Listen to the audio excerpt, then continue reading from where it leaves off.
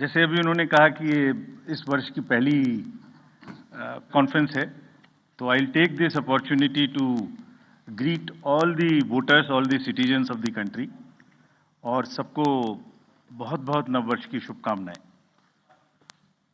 और जैसे अनुज ने कहा कि ये मेरी ऐसी आखिरी प्रेस कॉन्फ्रेंस भी है, सो आप सबको, सभी वोटर्स से मेरी अपील है कि खासतौर से युवाओं से कि इसी तरीके से लोकतंत्र में अपनी भागीदारी बढ़ाते रहें। बहुत ही सुंदर बगिया है, इसको अपने वोट से हमेशा सजाते रहें। Friends, 2024 has been an year of elections globally. पूरे वर्ल्ड में इलेक्शंस हुए। डेमोक्रेसीज में almost 2/3 of the population in the democratic world went for voting. हमारे यहाँ भी 2024 में 8 राज्य और यूटीज में इलेक्शंस हुए, जनरल इलेक्शन हुआ। एक अच्छा माहौल रहा। नए कीर्तिमान लोकसभा इलेक्शंस में हमने बनाए। विश्व में मैक्सिमम वोटिंग का परसेंटेज का रिकॉर्ड बना, लोगों की भागीदारी का, महिलाओं की भागीदारी का, वायलेंस फ्री इलेक्शंस का, no repolls, record seizures, inducement free to the extent it was possible, J&K, Manipur, LWE areas. So काफी रिकॉर्ड्स बने और मुझे उम्मीद है कि आने वाले समय में भी इसी प्रकार से लोकतंत्र और मजबूत होता रहेगा। Another landmark is in the making. आज कल हमारी इलेक्टरल रोल्स रिलीज हुई। आज भी 4 स्टेट में रिलीज हो रही है। We are crossing 99 crore voters. So we are going to be 1 billion voters very soon, nation of 1 billion voters very soon. That's another world record which is in making. But with this SSR, after the declaration by the state of UP, Rajasthan, Punjab and Bihar, which will be declaring their SSR results today, will be crossing 99 crores, first time. महिलाओं की संख्या भी 48 करोड़ से ऊपर पहुंचने जा रही है इस SSR में, which is a very strong indicator and a sense of empowerment for the women of the country. Friends, नए साल में पहली बारी दिल्ली की है और दिल्ली की अपनी एक विरासत है। एक पूरा देश यहाँ रिप्रेजेंट होता है। I mean, you can see the entire country in Delhi. मतलब एक विविधता का बिल्कुल एक जागृत नजारा देखने को मिलता है। दिल्ली में किसी भी जगह में चली जाइए, हर कल्चर, हर जगह के लोग आपको यहाँ मिलते हैं। सो रिस्पॉन्सिबिलिटी भी दिल्लीइट्स की बढ़ जाती है and we are sure Delhi will this time vote in larger numbers. और जिसको अगर कह सकें तो दिल्ली दिल से वोट करेगी, ऐसा हमें उम्मीद है। फ्रेंड्स, इन सभी उपलब्धियों के बीच I am coming to a little serious issues and I will take some time before I come to the Delhi specific issues.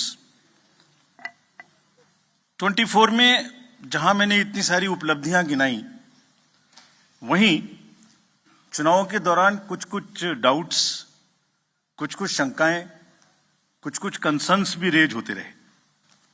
So prior to coming to Delhi elections, let me on my own tell you what kind of concerns were raised. And I'll narrate all these concerns and also before coming to Delhi, try and answer on each one of them so that no doubts remain. कहा गया कि electoral roles में wrongful addition या deletion कर दिए गए। ये अभी रिसेंट शुरू हुआ जनरल इलेक्शन के बाद, महाराष्ट्र इलेक्शन से। अभी दिल्ली में भी चल रहा है लगातार यही बात। तो आप पूछेंगे, इससे पहले मैं खुद वो प्रश्न दे रहा हूं जो आपके मानस में हैं और सबके मानस में फैला दिए गए हैं। ऐसा भी कहा गया है कि कोई ग्रुप्स को टारगेट कर दिया जाता है, किसी के नाम काट दिए जाते हैं, किसी लोकेलिटी से नाम काट दिए जाते हैं। मैं आज सब बताऊंगा कि ऐसा हो सकता है क्या, ऐसा क्यों नहीं हो सकता। कहा गया कि कुछ कॉन्स्टिट्यूएंसीज में 50-50 हजार वोटर बढ़ा दिए गए, वहां पर कोई पर्टिकुलर पार्टी जीत गई, इस तरीके की चीजें कही गई। ईवीएम्स का तो एक सब जवाब देने के बाद बोला गया कि मैनिपुलेट हो सकती हैं। ये भी 2 बार हो सकता है, कभी बैटरी के नाम पर, कभी किसी नाम पर, कभी कहा गया कि ये ईवीएम इलेक्शन है, लोगों का इलेक्शन नहीं है। टर्नआउट इंक्रीज हो जाता है 5 बजे के बाद। ये काफी एक विषय पब्लिक में रहा, जनरल इलेक्शन के दौरान भी, उसके बाद भी। कैसे 5 बजे के बाद बढ़ सकता है, कहां बढ़ गया, कौन सी 5 बजे से 10 बजे तक के बीच में कतारों में, लाइनों में लोग खड़े हुए थे, हमें वीडियो दिखाइए। इस तरीके के प्रश्न पूछे गए, जिसके उत्तर मैं आज देना चाहता हूं before going to Delhi election. Also necessary, because the doubts gets removed, you can ask me further questions if you want, and these questions do not come again election after election. Voters में mismatch हो गया, जितने vote पड़े थे वो बढ़ा दिए गए। पहली बात तो ये था वोटर टर्नआउट में, चलिए बढ़ा दिए। उसके बाद काउंटिंग में मिसमैच हो गया, कहीं कम गिन लिए, कहीं ज्यादा गिन लिए, ये भी मुद्दे उठे। काउंटिंग को स्लो डाउन कर दिया गया। अभी एक नया मुद्दा उठा है कि हमने कोई रूल चेंज कर दिए हैं जिससे बहुत बड़ी ट्रांसपेरेंसी खत्म हो गई है। So all these questions are actually, अगर एक बहुत बड़ी पिक्चर आपको मैं दिखाऊं तो 10.5 लाख बूथ हैं कंट्री में। हर बूथ पर 4 से 5 पोलिंग ऑफिशियल्स होते हैं, तो उनका नंबर हो गया 10.5 into 4 भी कर लें तो करीब करीब 45-50 लाख लोग हैं। ये 45-50 लाख जो पोलिंग ऑफिशियल्स हैं, ये उसी स्टेट के होते हैं, डिफरेंट डिपार्टमेंट्स के होते हैं, डिफरेंट स्किल सेट्स के होते हैं।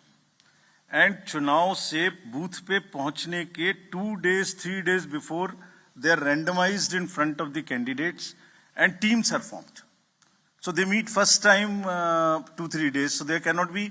ऐसा लगता है कि जैसे 40-45 लोग कोई कॉन्स्पिरेसी या कोई गलती गड़बड़ करने के लिए बैठे हुए हैं, इतने सारे क्वेश्चंस देख के।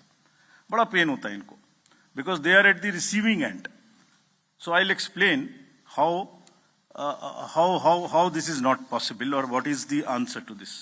I'll attempt answers to all these questions, and it is our duty.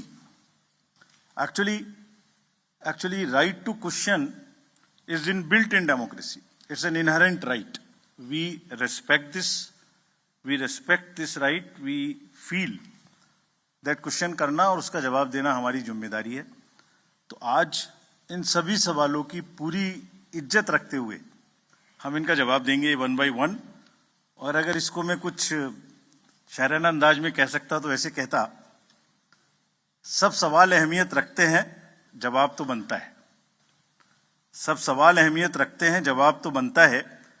आदतन कलम बंद जवाब देते रहे, आज रूबरू भी बनता है। क्या पता कल हम हो ना हो, आज जवाब तो बनता है, आज जवाब तो बनता है। तो friends, before giving you answer, एक पूरी पिक्चर दिखाता हूं आपको। ये स्लाइड देखिए और इसको अपने मानस में थोड़ा बसाइए। अभी अनुज ने कहा कि पिछले 2020 से 30 स्टेट्स के इलेक्शन हुए हैं। 15 स्टेट्स में different parties are the biggest parties. This is the beauty of Indian elections and the democracy. आप देखिए 2020 से स्टेट बाय स्टेट हमने दिखाया। This we are putting on social media. जैसे मैं आपसे बात कर रहा हूं तो आपके ग्रुप में ही आ जाएगा, slide by slide it is being transmitted. 20, 21, 22, 23, 24 हर जगह में different parties are coming to, are getting maximum seats. This is one reflection how fair, how deep rooted the Indian fairness of the Indian elections are. The voter, Indian voter is extremely aware, conscious, he understands everything. तो वही जवाब देता है। But anyway, जो प्रश्न पूछे गए उनका जवाब मुझे देना चाहिए, मैं देता हूं उनका जवाब आपको। एक जवाब देने से पहले अगर ये बात मैं कहूं कि ये पूरी पिक्चर अगर किसी को दिखा दो तो सारी पार्टीज को पता है कि वो जहां उनको वो भी हर जगह में जीते हैं। हर इलेक्शन के बाद एक परिणाम से रिलेटेड, परिणाम के बेसिस पे प्रक्रिया का आकलन नहीं हो सकता। परिणाम अपना निश्चिंत है। फिर से जो पार्टी सब जानती हैं कि वो भी जीतती हैं, अगर उसको भी शायराना अंदाज में कहा जाता तो कैसे कहते, ये मैं कहने की कोशिश फिर से करता हूं। वो जानते हैं, वो जीत चुके हैं, उन्हें पता है। कर न सकें इकरार तो कोई बात नहीं, मेरी वफा का उनको एतबार तो है। शिकायत भले ही उनकी मजबूरी हो, मगर सुनना, सहना, सुलझाना हमारी आदत तो है। Friends, with this I'll come to the electoral roll अभी भी इलेक्टोरल रोल के बारे में कहानी चल रही है। देखिए, आपको एक करीब 70 स्टेप्स ऐसे हैं, इलेक्टोरल रोल, उसके बाद चुनावी प्रक्रिया, EVMs, polling station, form 17C, counting, जिसमें पॉलिटिकल पार्टीज और कैंडिडेट्स कॉन्टिन्यूसली हमारे साथ रहते हैं। डिस्क्लोजर्स की जो मैं बात कहता हूं वो आज मैं आपको दिखा रहा हूं कैसे। अगर जब भी इलेक्टोरल रोल बनता है, रेगुलर मीटिंग्स होती हैं, फॉर्म 6 के बिना हो नहीं सकता। बीएलए हर पार्टी को अपॉइंट करने का अधिकार है। जो भी क्लेम्स एंड ऑब्जेक्शंस आते हैं वो हाथ की हाथ हर पॉलिटिकल पार्टी के साथ में शेयर किए जाते हैं। वेबसाइट पे ड्राफ्ट डाला जाता है। पोलिंग स्टेशन के रेशनलाइजेशन में कंसल्ट किया जाता है। कोई डिलीशन हो ही नहीं सकता जब तक उसके पीछे फॉर्म 7 ना हो। यहां तक कि अगर किसी की डेथ हो गई है, उसका भी डेथ सर्टिफिकेट हम अपने रिकॉर्ड में लगा के बीएलओ के माध्यम से रखते हैं। अगर किसी का डिलीशन इसके अतिरिक्त होना है शिफ्टिंग में, उसको नोटिस देते हैं, वेबसाइट पे डालते हैं, क्लेम्स एंड ऑब्जेक्शंस का टाइम देते हैं। हमने मेहनत करके इस पूरी प्रक्रिया का एक चार्ट बनाया, मैं आपको दिखाना चाहता हूं वो चार्ट।